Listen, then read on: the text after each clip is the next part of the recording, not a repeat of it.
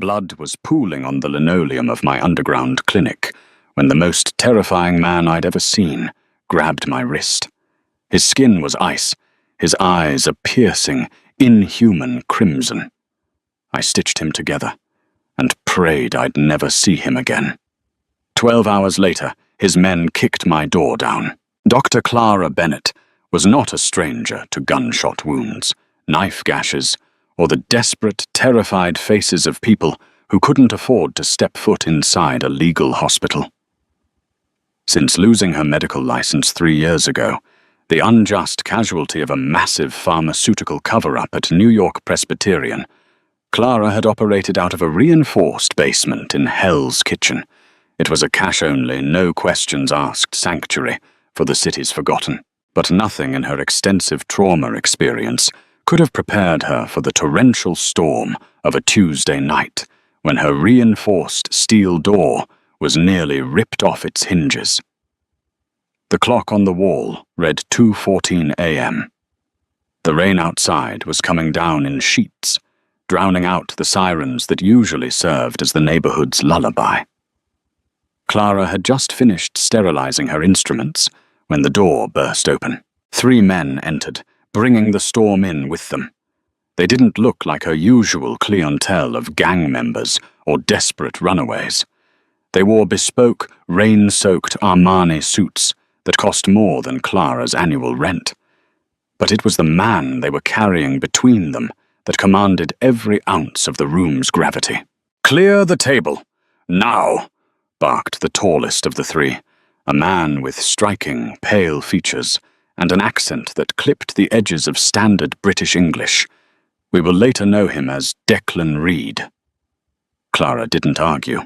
The sheer volume of blood soaking through the wounded man's ruined silk shirt was alarming. "Lay him down gently. What's the mechanism of injury?" she demanded, snapping on a pair of thick nitrile gloves. They hoisted the man onto the steel examination table. As the harsh fluorescent lights hit his face, Clara's breath caught in her throat. He was devastatingly handsome, with sharp aristocratic cheekbones and raven-black hair plastered to his forehead. But his skin was completely devoid of color, a translucent porcelain white that belonged in a morgue, not on a living patient. A laceration, left pectoral, glancing the thoracic cavity, Declan said smoothly, his eyes darting around the clinic, assessing the exits. "You will treat him, and you will forget his face. If you fail at either, you won't live to see the sunrise." Clara ignored the threat. She grabbed a pair of trauma shears and cut away the ruined silk fabric. What she saw made her medical mind short-circuit. The wound wasn't a standard stab or gunshot. It was a jagged, horrific tear, resembling a claw mark. But worse, the edges of the laceration were sizzling. A faint, sickening hiss echoed in the quiet room, and the tissue was actively necrotizing before her eyes, emitting a strange, acrid smoke that smelled like ozone and burning copper. "What in God's name is this?" Clara muttered, reaching for a saline flush. "Do not touch the wound with your bare skin," Declan warned sharply, stepping forward. "It's a synthetic compound, highly corrosive. Flush it, remove the necrotic tissue, and stitch the muscle wall. Quickly." Clara worked on pure instinct. As she began to irrigate the wound, she glanced at the monitors she had hastily hooked up to the patient. The EKG machine let out a confused, erratic beep. His heart rate was astonishingly slow, barely 20 beats per minute. His core temperature read a fatal 68 degrees Fahrenheit. By all biological metrics, the man on her table was a corpse. Yet his chest rose and fell in shallow, agonizing breaths. She took a scalpel and began debriding the sizzling, ruined flesh.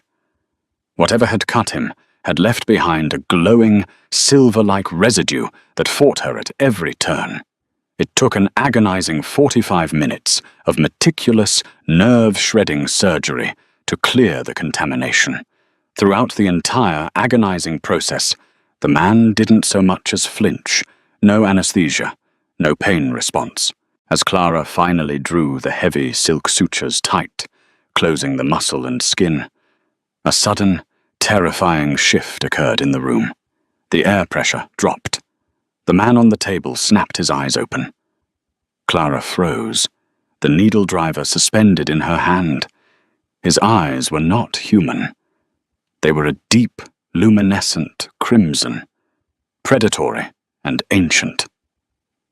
For a fraction of a second, as his lips parted in a sharp intake of breath, she saw them. Two elongated, impossibly sharp canines. Fangs. Before her rational mind could process the impossibility, his hand shot out with the speed of a striking viper. He clamped his icy, iron-grip fingers around her wrist.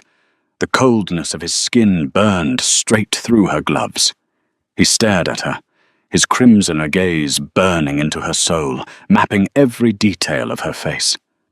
He didn't speak, but the intensity of his stare felt like a physical weight pressing down on her chest. Then his eyes rolled back, and he slipped into unconsciousness. Declan immediately stepped in, shoving a thick stack of $100 bills onto the medical tray, easily $50,000. "You did well, Doctor," Declan said, his voice stripped of its previous panic, replaced with a chilling calm. "He will heal from here. Remember our agreement." You saw nothing. Within seconds, the three men hoisted the unconscious stranger off the table and vanished into the stormy night, leaving Clara standing alone in a clinic that smelled of ozone, old blood, and impossible secrets.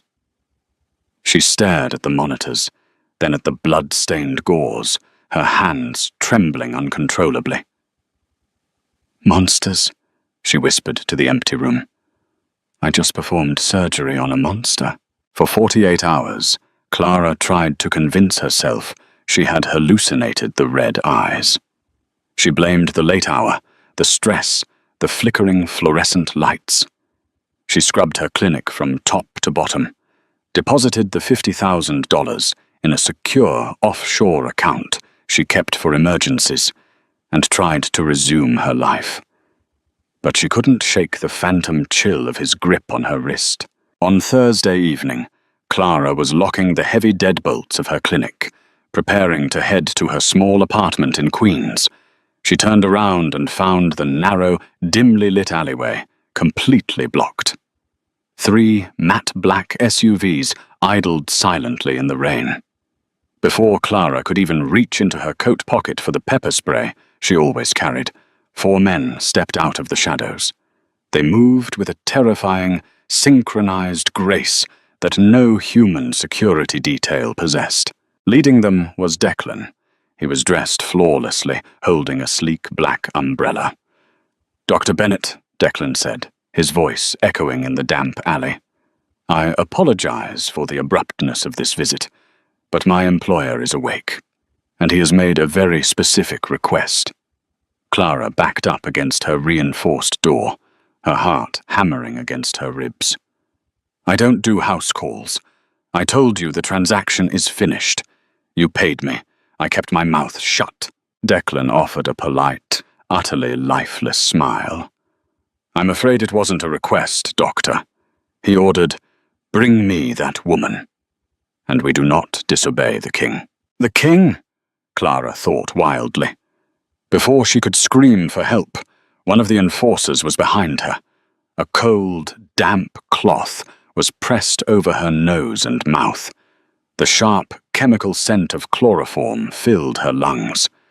She fought, kicking and scratching, but the man holding her felt like a statue carved from granite. Within seconds, the dark alley faded into absolute blackness. When Clara opened her eyes, she was no longer in the grimy underbelly of Hell's Kitchen. She was sitting on a plush, velvet sofa in a sprawling, ultra-modern penthouse. Floor-to-ceiling windows offered a breathtaking panoramic view of the Manhattan skyline, placing her somewhere in the upper stratosphere of a billionaire's row skyscraper. A crackling fire burned in a massive black marble fireplace. "Forgive the theatrics of your arrival." A deep, velvet-smooth voice resonated from the shadows near the window. "My men are severely lacking in nuance." Clara bolted upright, her head spinning slightly from the sedative. She scrambled to her feet, putting the sofa between herself and the voice. Stepping out of the shadows was her midnight patient. He looked entirely different. The blood and vulnerability were gone. He wore a tailored charcoal grey suit that hugged his broad shoulders perfectly. His raven hair was styled, and his skin, while still unnervingly pale, now held a dangerous, vibrant energy. His eyes were no longer glowing crimson. They were a dark, endless obsidian that seemed to swallow the light around them. "Who are you?" Clara demanded, trying to keep her voice steady, though her hands were shaking. "What is this?" "My name is Alistair Croft," he said, walking slowly toward her. His movements were completely silent. Not a footstep, not a rustle of fabric. "And you, Dr. Clara Bennett, possess a very dangerous secret. Not only do you know what I am, but you successfully neutralized a poison that was designed to turn my immortal blood to ash." Clara swallowed hard. "I'm a doctor. I treated a wound. Now let me go, or I'll—" "You'll what?" Alistair asked, a dark, amused smirk playing on his lips. He closed the distance between them in a blur of motion so fast Clara's eyes couldn't track it. Suddenly, he was inches from her face. She could feel the icy cold radiating off his body, but ironically, she could also smell a faint trace of bergamot and expensive cedar on him. "You can't go to the police, Clara." "They don't govern my kind," Alistair murmured, looking down at her. "I rule a syndicate that has operated beneath the surface of this city for 3 centuries. The weapon used against me 2 nights ago was laced with a synthetic variant of liquid UV and colloidal silver. It was an inside job, a coup attempt by a rival faction."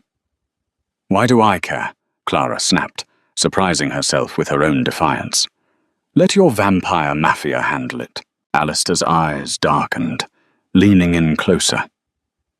"Because, Dr. Bennett, that poison is hyper-reactive. Any human who comes into unprotected contact with it, even breathing its vapor, suffers immediate, fatal pulmonary edema. Yet you leaned over my bleeding chest, inhaled the fumes, and touched the residue with minimal barrier protection." Clara frowned, her medical brain overriding her fear.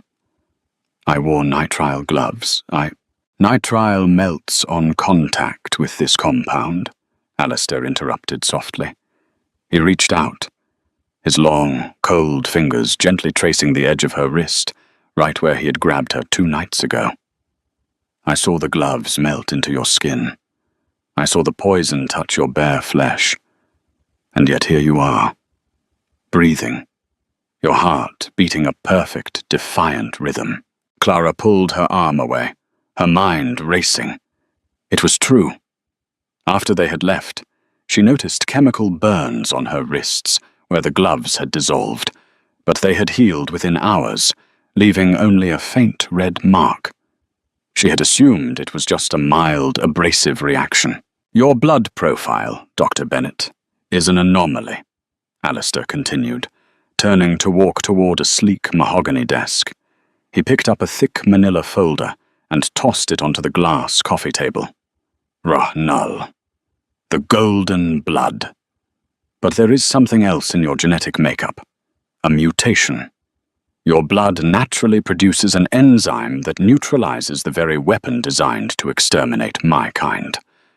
Clara stared at the medical file, her medical file. "You hacked my records." "I own the hospital that fired you," Alistair corrected effortlessly. "I know everything about you, Clara, I know you take the fall for others. I know you hide in the dark to save people the light has abandoned. But right now, you are the most valuable asset in my world." "Asset?" Clara echoed, her anger finally burning through the terror.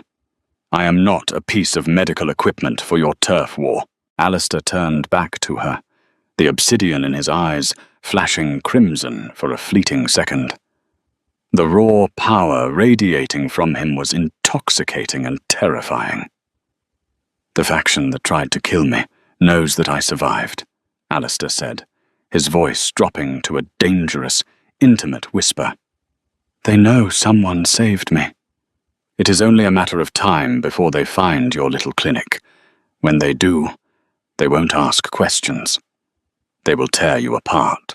Clara's breath hitched. She thought of her clinic, the sanctuary she had built with her bare hands. "I didn't bring you here to imprison you, Clara," Alistair said softly, stepping into her personal space once more. He reached out, tipping her chin up, so she was forced to look into his ancient, mesmerizing eyes. "I brought you here because you belong to me now. By right of blood, you saved the king. And the king protects what is his. From this moment on, your life is intertwined with mine. Welcome to the underworld, Doctor." For the next 3 weeks, Clara's world was confined to the top 3 floors of the Croft Tower in Tribeca. Alistair hadn't lied. He didn't lock her in a dungeon. Instead, he built her a gilded cage equipped with a state-of-the-art hematology lab that would make the researchers at Mount Sinai weep with envy. Her days were spent running endless assays on her own blood, trying to isolate the exact polypeptide chain that made her immune to the synthetic UV silver compound. Her nights, however, were spent locked in a dangerous, intoxicating dance with the Vampire King. Alistair was an enigma. He was ruthless to his subordinates, orchestrating the systematic dismantling of his enemies from a bank of encrypted monitors. Yet, when he stepped into her lab, the apex predator softened into a captivating patron.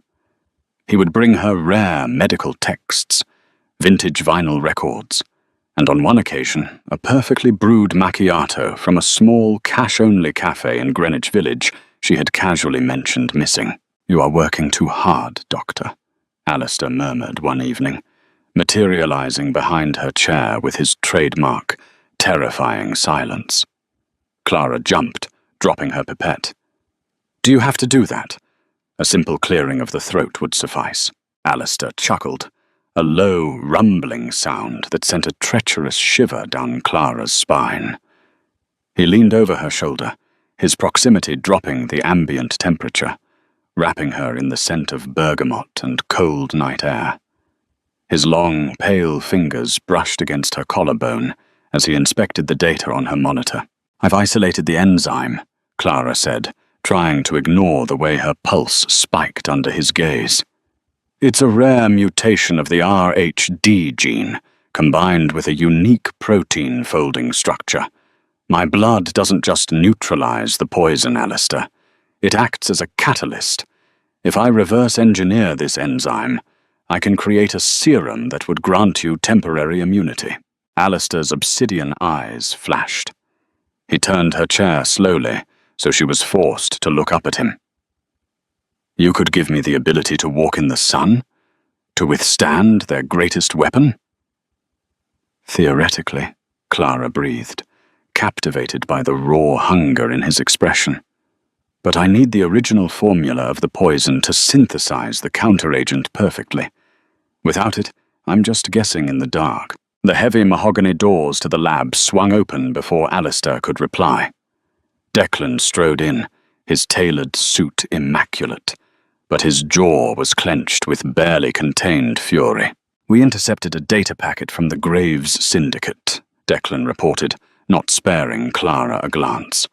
Dominic Graves was the leader of the rogue faction, a brutal younger vampire who believed humans were nothing more than cattle and that Alistair's rule was too lenient. "We know who synthesized the UV silver compound for Dominic." "Show me," Alistair commanded, his voice dropping to a glacial, authoritative register. Declan handed over a sleek, encrypted tablet. As Alistair read the file, his expression remained perfectly neutral, but the glass beaker on Clara's workstation suddenly shattered into dust from the sheer atmospheric pressure of his rage.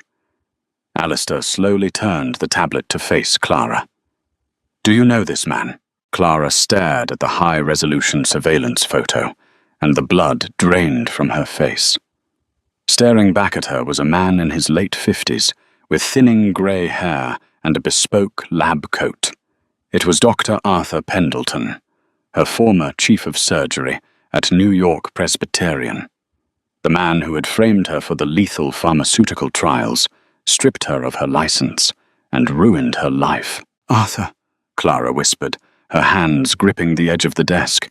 He's a brilliant biochemist, but he's completely devoid of a moral compass. If Dominic Graves offered him enough money and lab space, Arthur would build a weapon to kill God. "He didn't just build the weapon," Declan interjected coldly. "The intercepted comms indicate Pendleton is the one who tipped Graves off about your unique blood type. Pendleton kept your medical records from the hospital.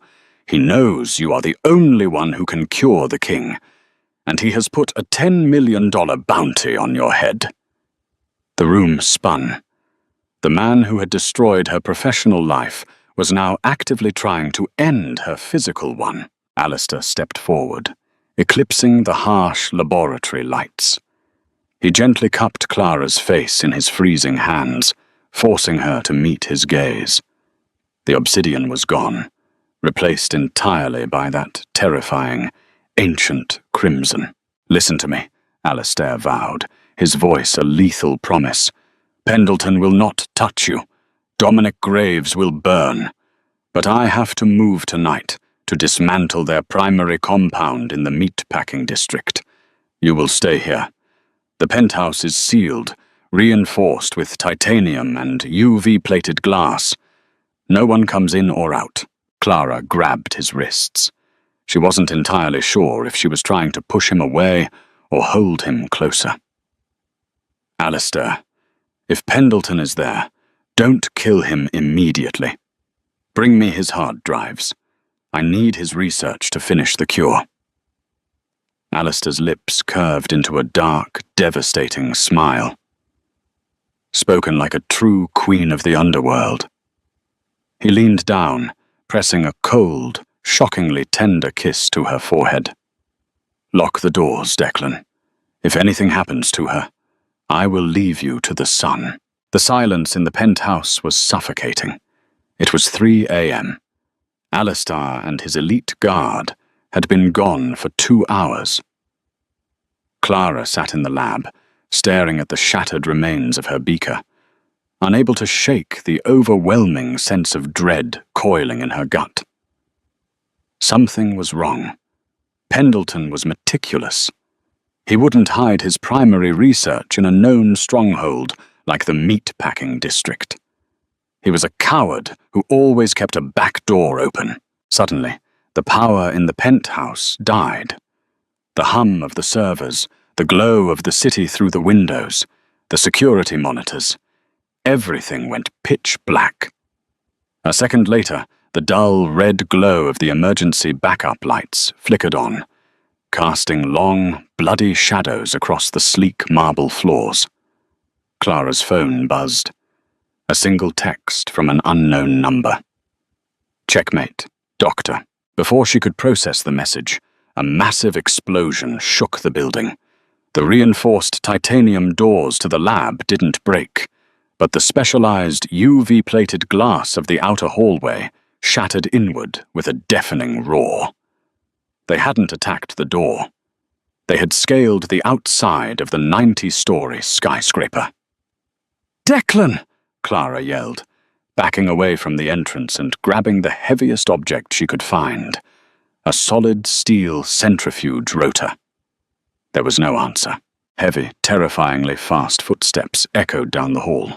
The lab doors were wrenched open, the biometric locks completely short-circuited.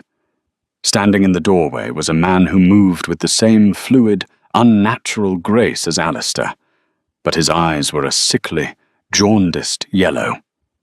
Dominic Graves. Behind him stood 3 heavily armed mercenaries, and cowering in their shadow was Dr. Arthur Pendleton. Well, well, Dominic purred, stepping into the lab. He sniffed the air, a grotesque smile stretching across his pale face. The little miracle worker. I must admit, Dr. Bennett, you caused quite the headache for my operation. Reviving Alistair was a bold move for a mortal. Clara. Pendleton stepped forward, adjusting his glasses nervously. Don't fight them. Just come with us quietly. Dominic wants your blood, but I've convinced him to keep you alive. We can do great things together. We can change the evolutionary hierarchy of this city. You cowardly son of a bitch, Clara spat, her grip tightening on the heavy steel rotor. You destroyed my life to cover your own tracks, and now you're playing lapdog to a parasite.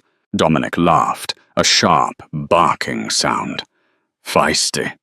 I like that. Grab her. Drain her just enough to pacify her, then bag her. We need to leave before Alistair realizes the meat-packing warehouse was a decoy. 2 mercenaries lunged forward. Clara didn't hesitate. She threw the massive steel rotor straight at the first mercenary's knees, hearing a satisfying crunch as he went down. But the second mercenary was too fast. He grabbed her by the hair, violently yanking her backward. Dominic stepped closer, his fangs descending, his yellow eyes gleaming with predatory hunger. Such sweet, defiant blood. Let's have a taste. As Dominic leaned in, his jaw unhinging, Clara's hand scrambled desperately across her workstation. Her fingers brushed against a rack of syringes she had prepared earlier. Syringes filled with her synthesized, reverse-engineered catalyst. It wasn't the cure. It was the volatile prototype that acted as an accelerant to the UV silver poison. If my blood acts as an enzyme, Clara thought wildly, let's see how he digests it. With a scream of pure adrenaline, Clara drove her elbow into her captor's ribs, breaking his hold just enough to free her right arm. She snatched the syringe, ripped the cap off with her teeth, and as Dominic lunged for her throat, she drove the 3-inch needle directly into his jugular, slamming the plunger down. Dominic froze. For a terrifying second, nothing happened. Then a horrific, gurgling scream tore from Dominic's throat. His veins turned a glowing, toxic silver beneath his translucent skin. The synthetic enzyme reacted violently with his immortal biology. He stumbled backward, clawing at his neck as smoke began to pour from his eyes and mouth. "What did you do?" Pendleton shrieked, scrambling backward as the vampire lord dissolved into a heap of burning, necrotic ash right before his eyes. The mercenaries, witnessing their invincible leader turn to dust in seconds, dropped their weapons in sheer terror. Before they could even turn to run, a shadow detached itself from the ceiling. Alistair had returned. He didn't just kill the mercenaries, he eradicated them. It was a blur of brutal, visceral violence that lasted less than 5 seconds. When he stopped moving, the room was eerily silent, save for the whimpering of Arthur Pendleton, who was backed into a corner, completely soaked in sweat. Alistair stood amidst the carnage, his suit ruined, his chest heaving. His glowing crimson eyes locked onto Clara. He scanned her from head to toe, searching for any sign of injury. Seeing her unharmed, but panting heavily with the empty syringe still in her hand, the feral tension bled out of his posture. "I told you," Alistair murmured, his voice thick with a terrifying mix of awe and possessive pride. Spoken like a true queen. He turned his gaze slowly to Pendleton. The disgraced doctor fell to his knees, sobbing. "Please," Pendleton begged, raising his hands. "I have the formula. I have the research. I can give it to you. Just let me live." Alistair didn't even look at him. He walked over to Clara, stepping carefully over the ashes of his fallen rival. He reached out, gently taking the empty syringe from her trembling fingers, and pulled her flush against his cold, hard chest. "Dr. Bennett," Alistair whispered into her hair, his arms locking around her in an unbreakable embrace. "What is your medical opinion on the fate of this traitor?" Clara looked over Alistair's shoulder at the man who had ruined her life. She thought of the cold, damp clinic in Hell's Kitchen. She thought of the fear, the disgrace, the nights spent wondering how she would pay rent. Then she looked up into Alistair's ancient, mesmerizing eyes. She wasn't a disgraced doctor anymore. She was the woman who held the lifeblood of the underworld in her veins. "Take his research," Clara said coldly, her voice echoing in the ruined laboratory. "And then, Alistair, tear him apart." Alistair's dark smile was the last thing Arthur Pendleton ever saw. In the aftermath, as the ashes settled and the empire of the night shifted irreversibly under their feet, Alistair Croft claimed his throne. But he did not sit upon it alone.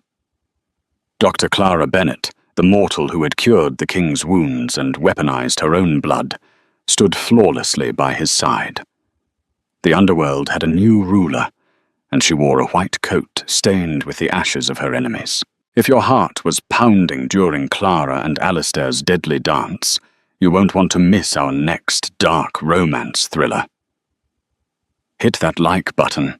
Share this gripping tale with your fellow vampire romance lovers, and subscribe to the channel for more heart-stopping, blood-pumping stories delivered straight to your feed. What would you do if you discovered you had the golden blood? Let us know in the comments below.